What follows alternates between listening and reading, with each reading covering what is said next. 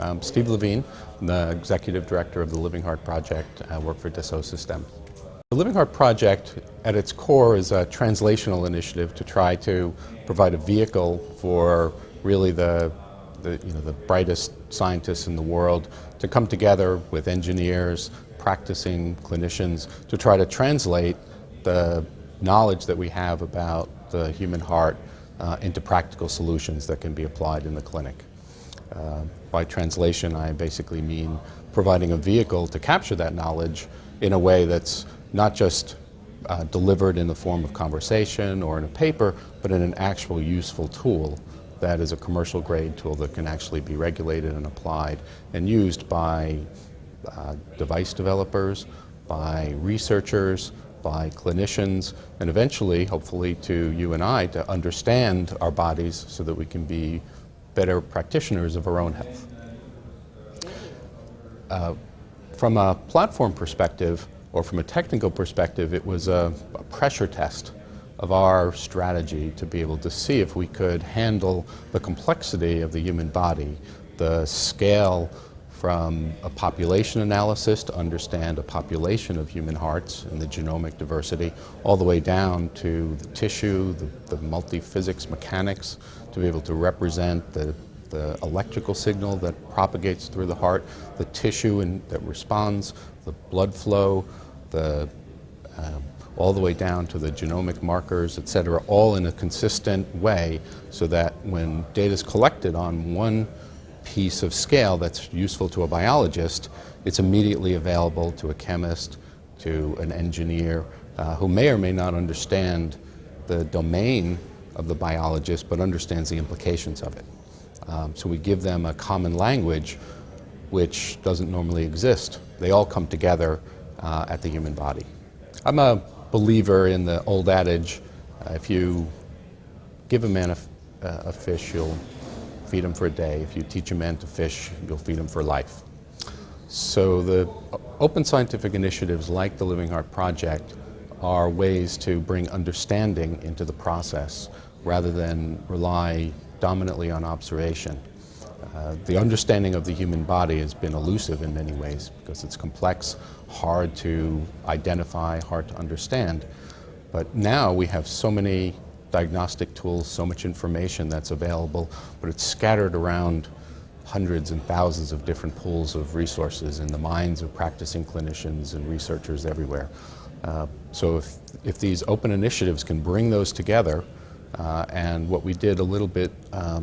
profoundly, I think, in the Living Heart Project was we brought these people together with a very definitive goal of translating it and making that knowledge not only fit together into a whole, but actually deliver it in a commercial grade package that now is available for anybody to use.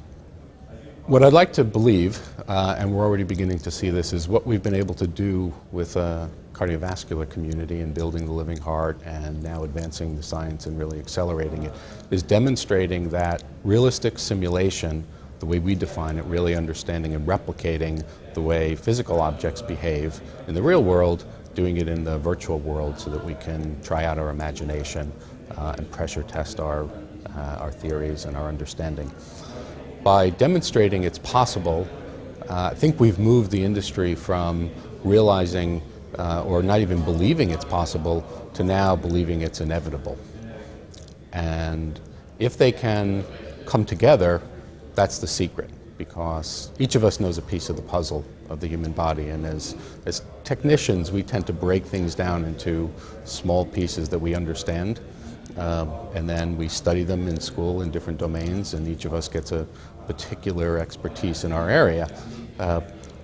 But putting it back together, that's when the magic happens. But there's not always good vehicles to be able to do that, to try to get a chemist and a biologist to even speak the same language, attend the same conference, to discuss the same technical issues.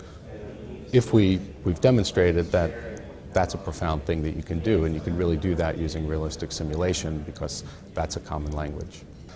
So the FDA has been a really strong advocate of the use of simulation as an additional tool for the regulatory process, in addition to bench testing, animal testing, obviously human clinical trials.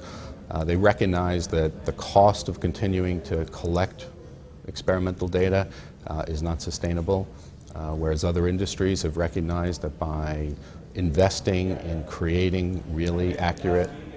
virtual models, they can drive those costs down and at the same time improve innovation and improve quality. So we have the ability to bring together those three legs of the triangle with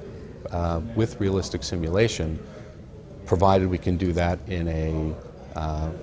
disciplined way where we have validation and verification along the way. So by having the FDA involved and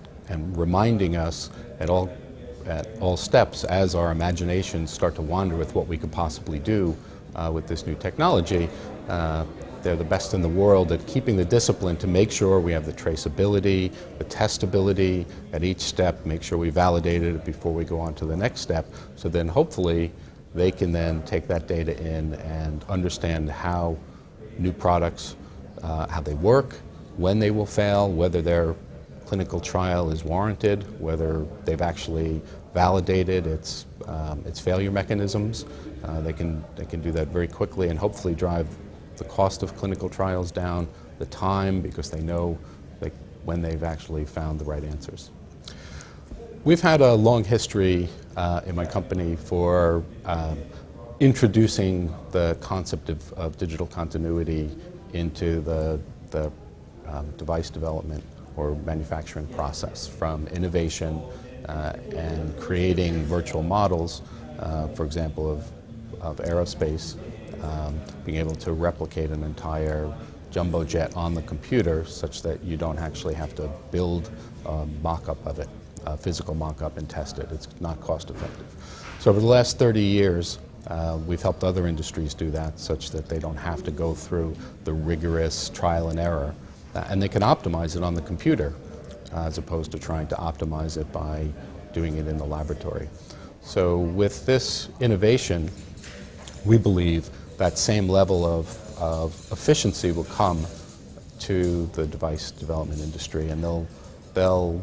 embrace, and they already have embraced, a lot of the same ideology, which is to not seek for a product that's good enough to meet the market need, but actually seek the best product that's possible by today's technology. And you can only do that by testing it in the virtual world, because otherwise it's cost prohibitive. Yeah, by being able to bring together the ideas, the concepts, what the medical device industry has learned is that most of the innovation, or a lot of the innovation, actually comes from practicing clinicians, because they observe the actual devices that exist, they observe the body and behavior, and their minds then create a solution. That's what we do as humans. We're trained to be able to do that. So if we can give the device development community, and even ourselves as patients, that same level of insight into how things work, then we can open up an entire realm of new innovations.